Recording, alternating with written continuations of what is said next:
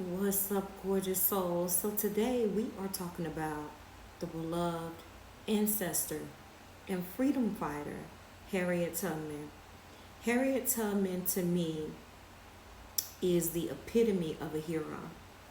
Now, we don't only remember her as a runaway slave or a conductor of the Underground Railroad, we also remember her as an herbalist. She was a wildcrafter and she was a freedom forger as well. Harriet used her knowledge of plants to heal black and white soldiers in the Union Army during the Civil War and to keep her passengers safe on the Underground Railroad. Child, they say she famously cured a soldier who was dying from dysentery by concocting a medicinal infusion made from water lilies and crane's bill. She also used herbal remedies such as bread dosed with tinctures made from opium poppies to quiet the babies on the Underground Railroad. And this was not to give away the position of those she was guiding to freedom.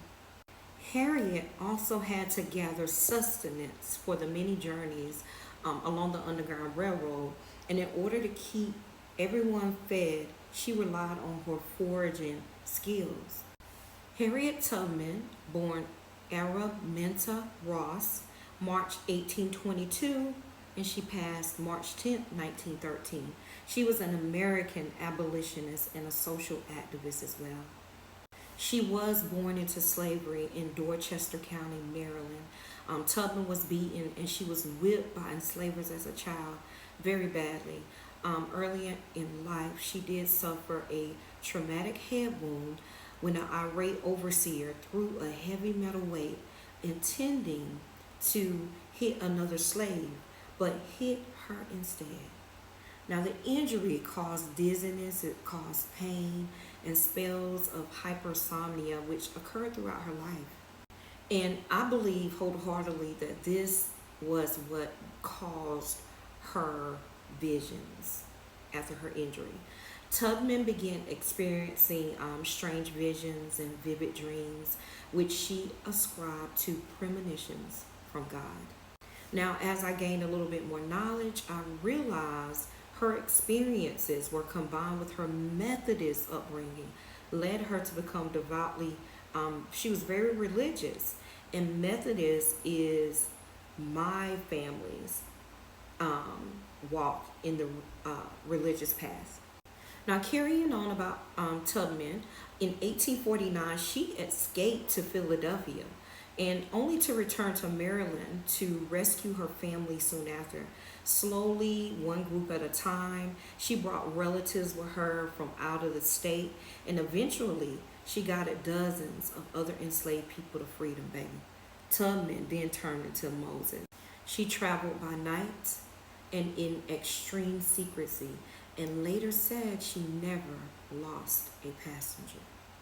This is a reward that I found that was posted offering a reward for $100, which is the equivalent to around $4,000 in 2024 for the capture and return of Minty and her brothers Harry and Ben. It says Minty, age 27, is of a chestnut color, fine looking, around about 5 feet high. $100 reward will be given for each of the above named Negroes. If taken out of the state, add $50 each if taken in the state. They must be lodged in Baltimore, Easton, or Cambridge jail in Maryland. Wow. Once she was quoted, when I found I had crossed that line, I looked at my hands to see if I was the same person. There was such a glory over everything. The sun came like gold through the trees and over the fields, and I felt like I was in heaven. Moses. Okay, so let's talk about one of her marriages. Around 1844, she married John Tubman, who was a free black man. Now, although little is known about him or their time together, the union was complicated because of her enslaved status. That is because the mother's status dictated that of the children, and any children born to Harriet and John would be enslaved because Harriet was still enslaved. Now, Harriet Tubman did change her name from Araminta to Harriet soon after her marriage, though the exact time is unclear.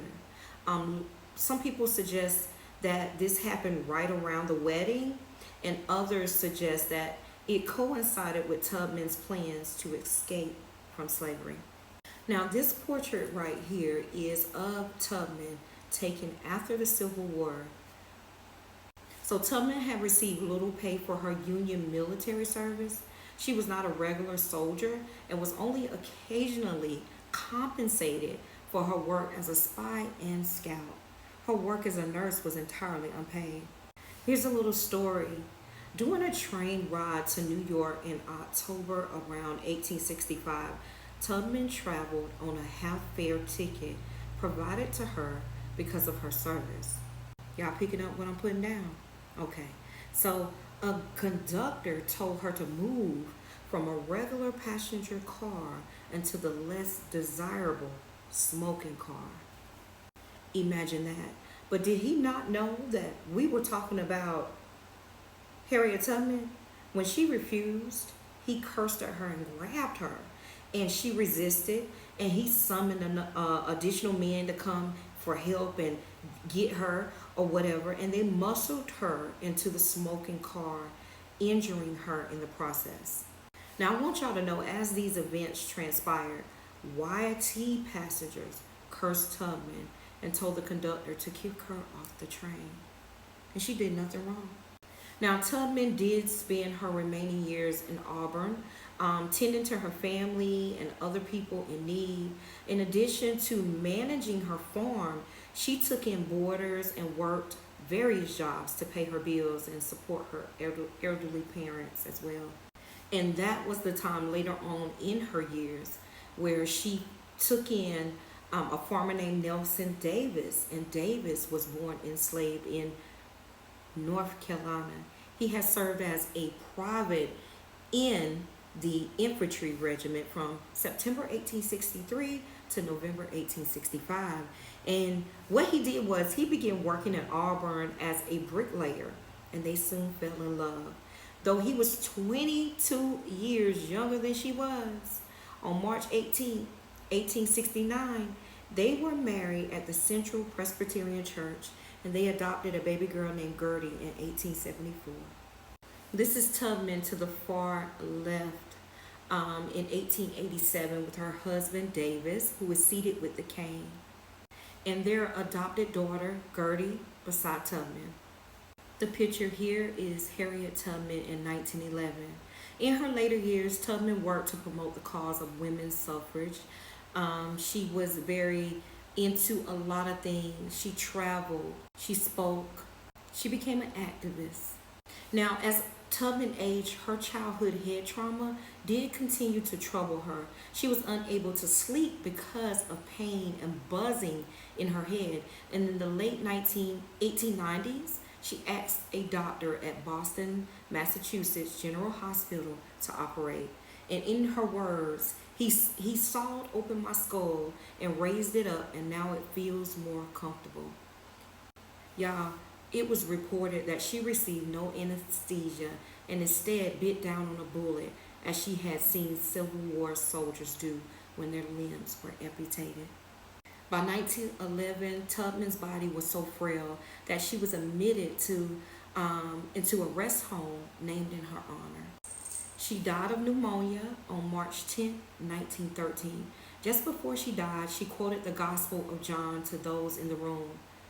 She stated, "I go away to prepare a place for you." Tubman was buried with semi-military honors at Fort Hill Cemetery in Auburn. I hope y'all enjoy this deep, deep-rooted knowledge of Harriet Tubman. Bye, y'all.